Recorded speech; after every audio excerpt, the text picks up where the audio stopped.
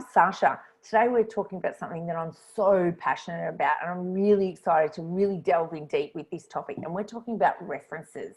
And this is the crucial part, because you can have a great cover letter, great resume, you can even do a really great interview, and then they're going to contact your references. And that's the part where somebody talks about you when you're not there. So you want to make sure that you prepare this reference to be great and golden. It says exactly what you want to be able to say to those people that are potentially about to employ you. Because if they've got to the reference, that means that they're really interested in you. So you want to make sure that you got it right.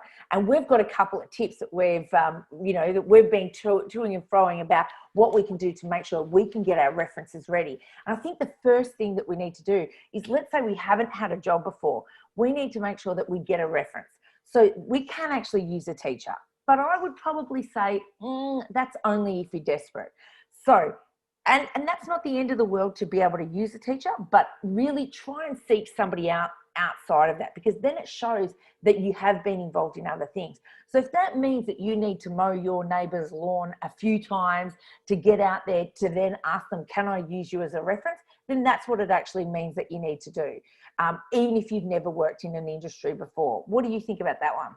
Well, I think it's great. If you've done some work, then absolutely you want to get a reference of some work you've done. The other thing you can do is, if you play a sport, or you're into some hobbies, and there are people that, you play a sport, you've got a coach. Well, maybe your coach could be be a reference for you. And obviously, you've got to make sure that you're a good team player.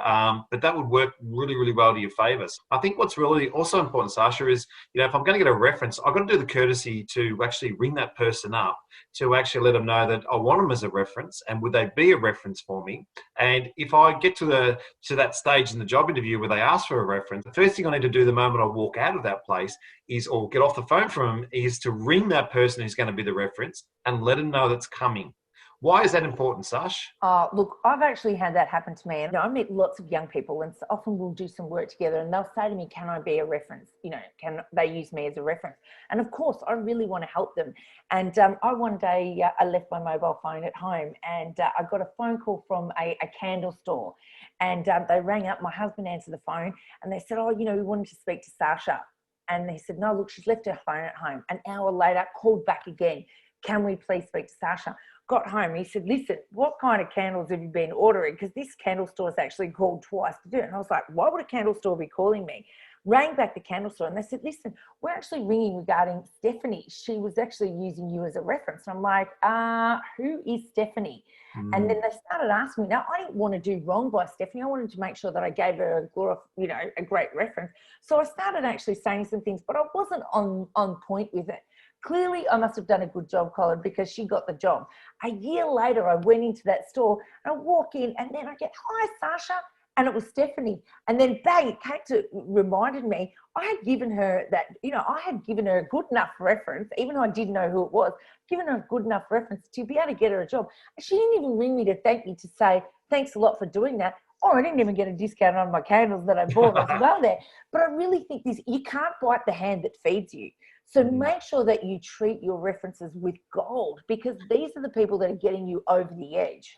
Getting over the line, and it's professional to do that, and it's courtesy, I think, is to do that. Just one thing I really want to throw into the mix of this is, when you're being interviewed, if I was interviewing you, because I train this, what I would be saying is, tell me a bit about your coach. What type of coach? Who's been your best coach you've ever had? And they might say, oh, it's been Sasha. I said, great. Tell me a bit about Sasha. So I'll get the conversation going, and you're at the other end telling me that. And at the very end, I go, listen, you've told me that Sasha was a great coach. I actually want her as a reference. So where you think you're going to give a reference of somebody else, I might, as an interviewer, ask you, well, I actually want that reference because you've spoken highly about this person. So they're actually going to tell me the truth about who you really are. And I think that's important. Some of the don'ts, if I can just say it, don't get a friend to be your reference. Don't get your friend to make it up, because I can tell you that good interviewers can and pick that up in a split second that it's a friend, right? And might have something to do with the age and the voice too as well, just to give you that little tip. But, what are some of the don'ts you think, Sasha, that you shouldn't do when it comes to providing a reference?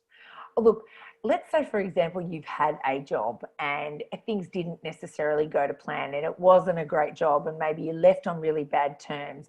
One of the things that I wouldn't do is then think to yourself, well, they're the only reference I've got. Maybe I should use that manager or that boss that I had and use them on there because that's the job that I've done. I would actually say, let's just eliminate that job from your resume. We don't need to talk about that. We can start at a new place and let's just try and get a reference from somewhere else. Don't think my last job was at this particular place, so I must use them. If it wasn't good, don't go there. Make sure that your reference is going to just say how wonderful you are, and then prep them, let them know. So when I do get that call, I want to be able to make sure when I know who's calling me, I can then bang, just say great things and remember some really good points about you and, you know, brag about you as well. I think it's really important. You've got to do the right thing. You've got to be honest and open and transparent about it. If you don't have references, explain it. I have no references. Yeah. You know, you might be somebody that's fairly new to Australia and you don't have references, right? So, you know, that can be really, really hard. But you can be upfront. This is my first job. If that's gets to that stage, be upfront, but show your passion that you want the job. It is all about networking, you know, using your network to try and help you get that job and be a good reference for you.